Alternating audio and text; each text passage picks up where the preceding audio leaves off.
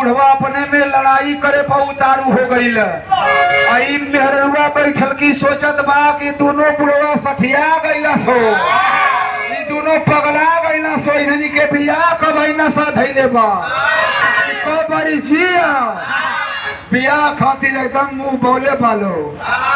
बिरहा में एगो तरज लागल है और वह तरजबा कोनो मेहरारू को मर्द बम्बई से आयल है, मर्दा आयल हो। जब वो आयल तो मेहरुआ नैहर रहल, मर्दा फोन कैलस तो कहत बा कि हम तो माई के हई, कहत हर घड़ी मइये के ना रहला तो चाली, तो कहत कि यही जब उतरिहा घरे मत जइहा। मर्द चल गल है, नौकी नोटिया 1000 के कटिए ले ले है, दे ले छागल के लिए 1000 में कौन छागल मिली रे हल्के न मिली। तो मेहरुआ बोलाए लेलस मर्दा के गईला ससुरिये में उतरल है। मेहरुआ मर्दा दोनों कुछ देर ले बैठ के बतियोला, राय मुसविरा कैला। अरे वो बहरे से आयल हुआ तो मेहरुआ के कुल बोलत बतियावत ना हुआ, खा पी के हम अरे रहा बा जाइए। तो जब पहुंचल बा तो मेहरुआ अपने मर्दा से वो बात कहत बा। कैसे कहा कहले से मास्टर आगे से ओखा मास्टर था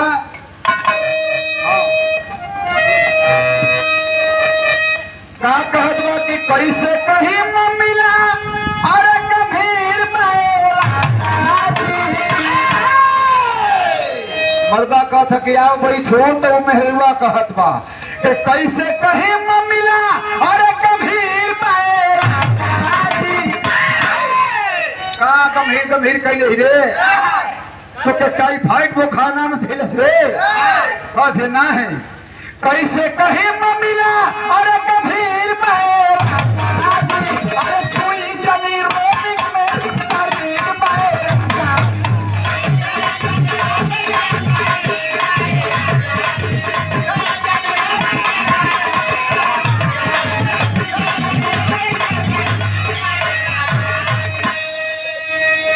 लेकिन देखत तो दोनों चले सब नहीं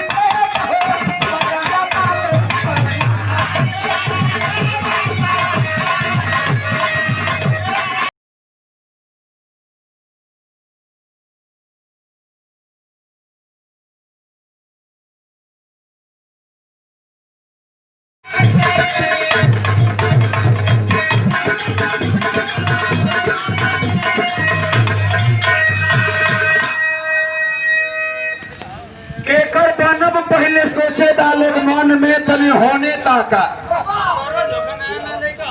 और तेरा समझावत बा। संदीप सिपाही जी या हमारे भैया संजय यादव जी ये सादर 100 रुपया के पुरस्कार आयल है। बहुत बहुत आपके प्रणाम करते हैं सब भैया लोग के नमस्ते प्रणाम हुए। हमारे भैया लाला यादव जी आपकी ओर से 50 रुपया के सम्मान आई है, हम लाला भैया के प्रणाम करते हैं। तो बाबू हो और तिया समझावत बा के तरी तो लोग शांति हो खलो। अरे तो हमारा ऊपर न निर्भर करता कि हम सूर्य से बियाह करब कि इंद्र से बियाह करब। आप तो हम लोग अपनी मनवा में पकौड़ी बनावत हो वालो, हमारे राय जनला हलो कि हमार कैसे मन भरत बा कि दोनों से ना मन भरत बा। वो तो हमारा ऊपर निर्भर न करता कि हम कैसे बियाह करब। और तो लोग अपने मन में से तू कहत कि हम बियाह करब, वो कहत कि हम बियाह करब, हम कह दे कि हम केहू से करब तो का करबा लो। दोनों बुढ़वा को तो हाँ ये सूर्य भैया ई तो हमन को सोचबे ना कैली जा, ऐसे पूछबे ना कैली जा, अपनी मन में से हमन को बियाह करत है जा। मेहरुआ समझावत है बड़ी पते के बात कलश बिरहा को पहपट कैसे कहते मास्टर।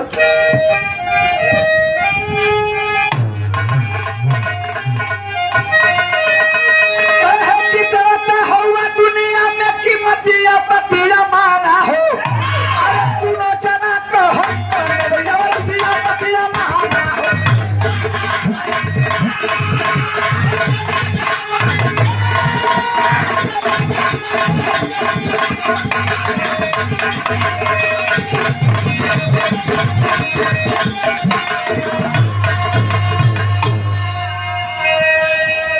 मान गए तब सूर्य इंद्र दोनों की बन गई रानी हो, लागल प्यास बुझाए दोनों, अरे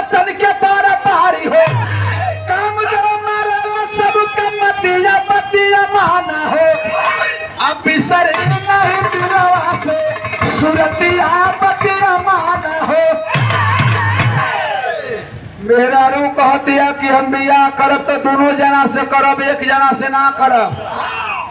कैसे कि दोनों जना ढेर दिन को मेहमान नहीं खा लो, दोनों जना से बियाह करब हम, तबे हम खुश रहबा तो हम लोग खुश रहबा।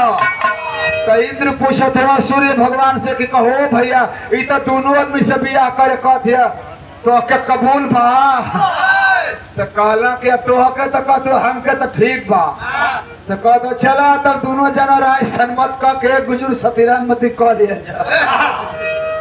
हाँ हो तो दोनों जना सन्मत कह के तैयार हो गई ना। कहला चला ठीक बा, जब दोनों आदमी से करबो तो का करे के बा हमनों को तैयारी है जा। तो दोनों जने बियाह कर लेना सूर्य इंद्र वो एगो मेहरारू से। दोनों जाने अपने घरे लेके गईला, कुछ दिन का समय लोग बितावल लोग। तो बाबू हो दोनों जना के अंश से एगो सूर्य का बेटा भइल आ एगो इंद्र का बेटा भइल। दोनों जना का एगो लड़का भइला से एगो मेहरारू से। तो इंद्र भगवान एक दिन कहत हुआ कि करे नहायली थोली ना करे बड़ा बसाथी रे। तो वो कह दिया कि का हो नहाइला था? तो कहते है कैसे नहाली जो जन नहान लागल है सरोवर पर जाके तनी नहाया।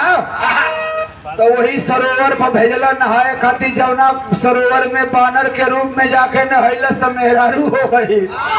वही सरोवर पर नहाए खातिर इंद्र जी भेज दिया। जब गईल नहैलस ओमा बुलुकिया मरला सौ में से निकलत बा, फिर पूर्व जन्म में आ गई।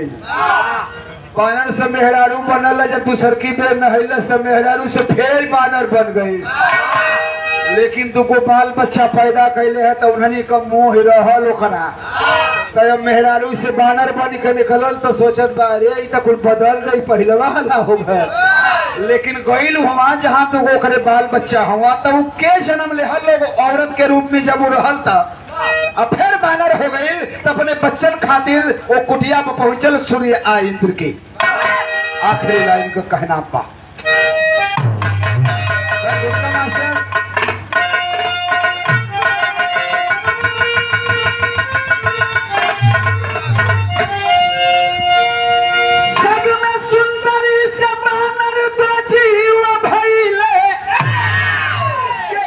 से पाली जन्म में सूर्य से सुग्रीव भइले।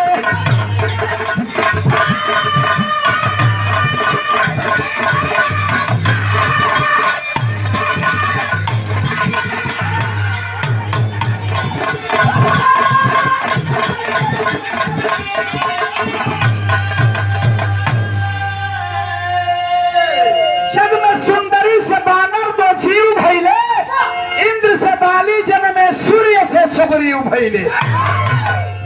इंद्र से बाली जन्मला या सूर्य से सुग्रीव जन्मला। दोनों जना का दुगो लड़का हुआ लोग तो दोनों जाने दोनों जने का वरदान हो। अरे किसकिंधा का राजा बना बाली बलवान।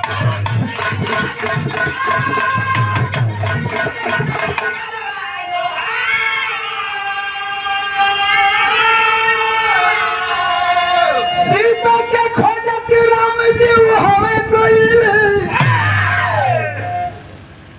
दोनों जाने दहले दोनों जन के वरदान हो। और किसकिंधा का राजा बना बाली बलवान हो। बाकी सीता के खोजत राम जी उहवे गईले, इंद्र से बाली जन में सूर्य से सुग्रीव भइले। तो बाबू हो ई तो कहानी रहल का लिखल गई के बाली यधम जब सुग्रीव को सताया, अरे राम जी के हाथ है वह वीर का पिता।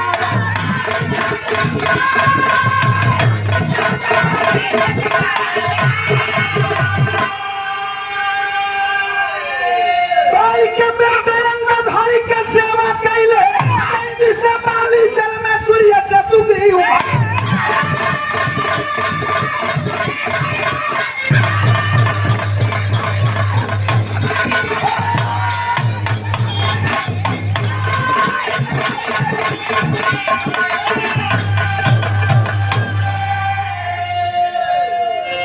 बाली यधम जब सुग्रीव को सताया, राम जी के हाथे वह वीर गति पाया। बाली के बेटा अंगद हरि के सेवा कैले, इंद्र से बाली जन में सूर्य से सुग्रीव भइले। गुरु बिहारी गुरु गणेश गुरु रामलाल गुणकारी स्वर्ग बसे चंद्रिका कवि बच्चन जी बने विधनवा कैसे ब्रह्मा के बनल तो पंचद राम कवि का निकले नया